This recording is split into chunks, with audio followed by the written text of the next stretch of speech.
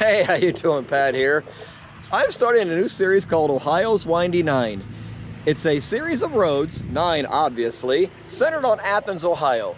And they're all approximately 100 miles in length, all paved, any bike friendly.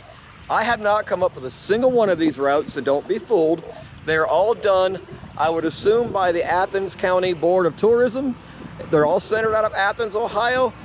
Down in the first comment, I will pin a link to their website with their GPX files in case you want to check them all out. I will also have the GPX files the way I wrote it. So any detours I take, anything I stop and see, places I go, you'll get to see that GPX file too if you'd like. So if that sounds interesting to you, stick around, stay tuned, and I'll be back after this.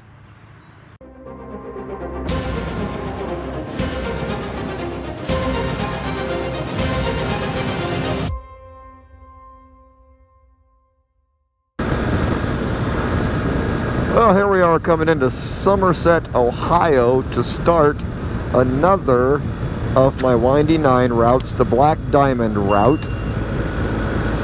This is the most northern section of the route. This is why I chose this as a starting point.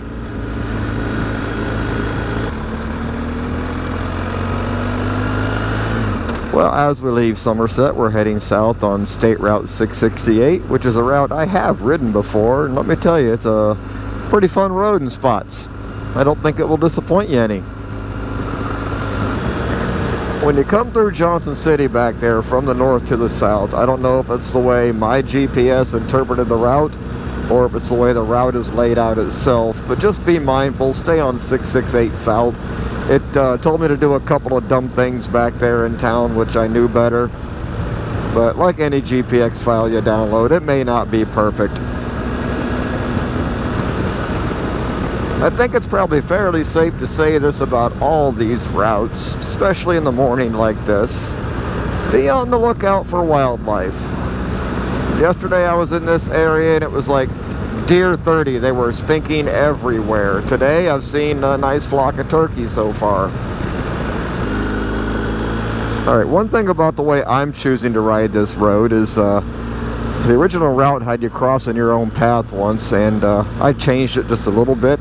And hopefully I won't screw this GPX up, and I will have it pinned to the first comment down below, and you can see how I wrote it. The goal was still to keep it big bike friendly, so even if you're on a big touring bike like a Goldwing or something, you can still do this without any worries. I'm on this little county road right now, and as I think it's fairly obvious, there's no reason you can't do this on any motorcycle made so far. I just didn't like the fact that the road crossed over itself. Alright, here's a weird little junction. We're getting ready to get on State Route 278, and what you want to do, this is probably one of the least bike-friendly things that I've experienced so far on this route. This is kind of a crap intersection, for no better way to put it, but I'm in Nelsonville, Ohio right now, kind of coming in the back way, and we're going to make a little detour. I'm supposed to go all the way up where that white car just went and make a left, but I'm going to make a left at this stop. I'm going to mess the route up here a little bit because I want to show you this. And then if you don't know it, Nelsonville here is the home of Rocky Boots. I don't believe they make any of them here anymore, but this is kind of where they got started, is my understanding.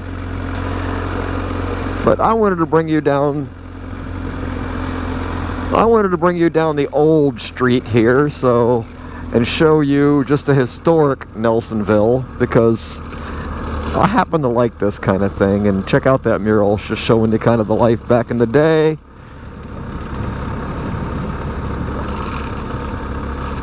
So we're going to make the GPS mad here for a minute. Pythian building. And we're going to make a right here. Again, kind of your historic square. The Hocking Valley coal strike. Someday I should do a video on this town. We're going to make a left here at the stop. And and then just get back on track here shortly. But I just thought I would take this little detour here to show you the cool old town instead of the new junk that you bypass all the time. And there, straight ahead, is Rocky Boot. They have an outlet store, which I haven't been in there in forever. They also have, or at least they did have, like I said, I haven't been here in forever. Do they still have the restaurant? Is that what that is? I'm not sure. I think it is. Anyway. Oh, and then they got the train stuff here. Yeah, if you're in the area, stop and check it out. Alright, as we leave Nelsonville on what used to be US 33, but now they've built kind of a bypass up that way, we are gonna go on South 691 here, across the Hocking River. And basically what this route is doing is you are going to bypass Athens to the south for the most part. Well, I just missed a turn because I just assumed I was going to stay on 691 south. Evidently, no. I should have turned back here. So let me show you that intersection, because depending on how you navigate this, you may or may not have the same problem I had. But right there where the Jeep turned right is where I was supposed to go, but I got to this point and I just stayed on 691, not realizing that was the wrong thing to do for these directions. Alright, as we approach State Route 56, instead of going straight like I'm supposed to stay on the route, I am making a left, and it's going to make this all kinds of mad because I want to get some lunch while here in Athens. Well, as we get into the downtown Athens area, they still have a lot of brick streets here, and they're anything but smooth. And unfortunately, a lot of the street parking here is not overly motorcycle friendly with the weird angles and dips and divots. But if you look hard enough, you'll find something. And if you're here in Athens on any day but a Sunday, make sure you feed the meter, because the meter maid does make their rounds. Alright, hopefully that's going to be our lunch spot right there. Yeah, it looks like they're open. And this parking down here, technically I don't believe is for the diner, but I've never had a problem on the weekends parking down here. So, to each their own, take your risk as you see fit. I'll see you after lunch.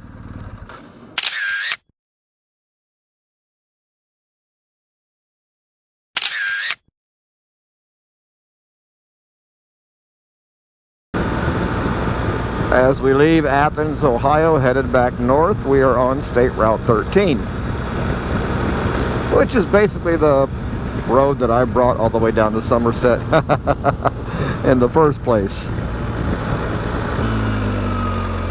Well, they got us turning on County Road 93 here. Road may flood. It looks like less than 2 miles though.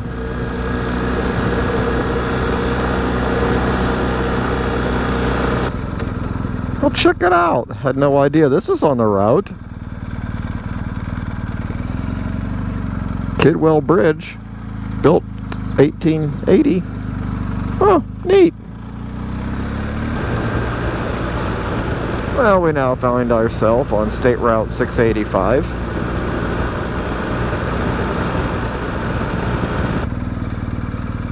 Alright, we end 685 and get on 78 East.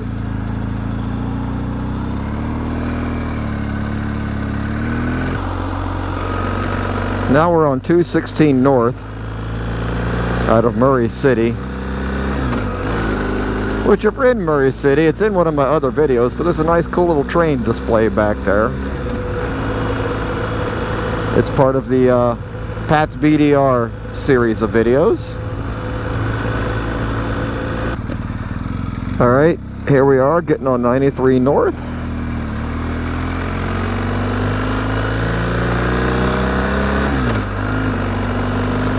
We are in New Straitsville, and if memory serves, I think this is the town that the original route has you crossing over yourself. Is that not a beautiful building?